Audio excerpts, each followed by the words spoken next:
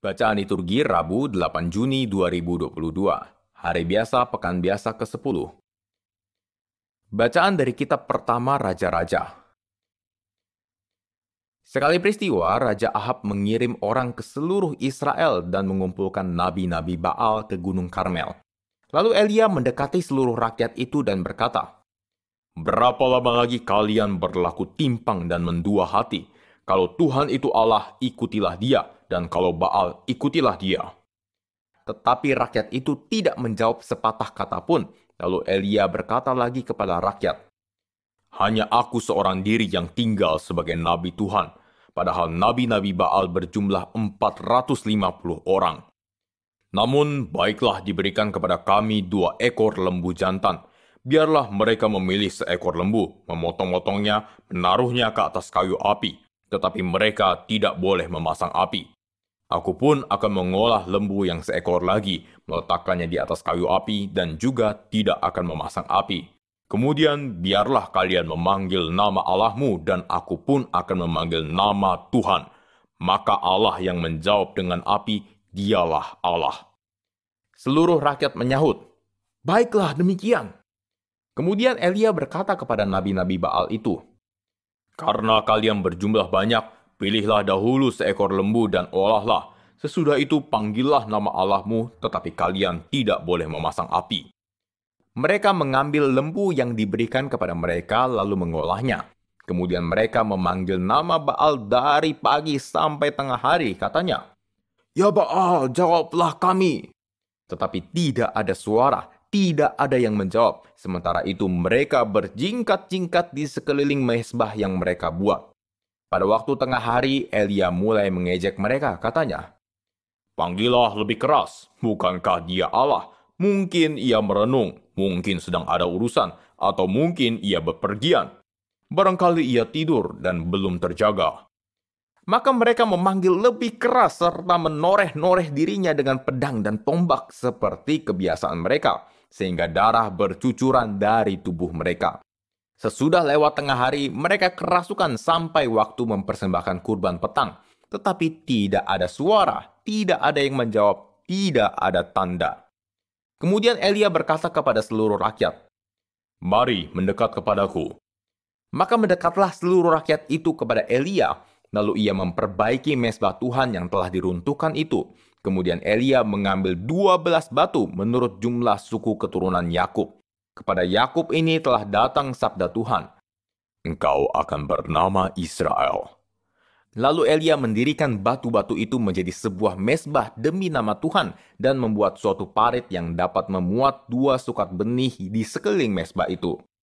Ia menyusun kayu api, memotong lembunya, dan menaruh potongan-potongannya di atas kayu api. Sesudah itu ia berkata, "Penuhilah 4 buyung dengan air dan tuangkan ke atas kurban bakaran serta ke atas kayu api itu." Kemudian kata Elia, "Buatlah begitu untuk kedua kalinya." Dan mereka berbuat demikian untuk kedua kalinya. Lalu katanya lagi, "Buatlah begitu untuk ketiga kalinya." Dan mereka berbuat demikian untuk ketiga kalinya, sehingga air mengalir sekeliling mezbah itu. Bahkan parit itu pun penuh dengan air. Kemudian pada waktu mempersembahkan kurban petang, tampillah Nabi Elia dan berkata, "Ya Tuhan, Allah Abraham, Ishak dan Israel, pada hari ini biarlah diketahui orang bahwa Engkaulah Allah di tengah-tengah Israel, dan bahwa aku ini hamba-Mu, dan bahwa atas sabda-Mu-lah aku melakukan segala perkara ini. Jawablah aku, ya Tuhan, jawablah aku supaya bangsa ini mengetahui bahwa Engkaulah Allah, ya Tuhan, dan Engkaulah yang membuat hati mereka bertobat." Lalu turunlah api Tuhan menyambar habis kurban bakaran, kayu api, batu, dan tanah itu. Bahkan air yang dalam parit itu habis dijilatnya. Ketika seluruh rakyat melihat kejadian itu, sujudlah mereka serta berkata, "Tuhan, dialah Allah! Tuhan, dialah Allah!" Demikianlah sabda Tuhan. Syukur kepada Allah. Jagalah aku ya Allah, sebab padamu aku berlindung. Jagalah aku ya Allah, sebab padamu aku berlindung. Jagalah aku ya Allah, sebab padamu aku berlindung. Aku berkata kepada Tuhan, Engkaulah Tuhanku. Jagalah aku ya Allah, sebab padamu aku berlindung. Bertambahlah kesedihan orang-orang yang mengikuti Allah lain.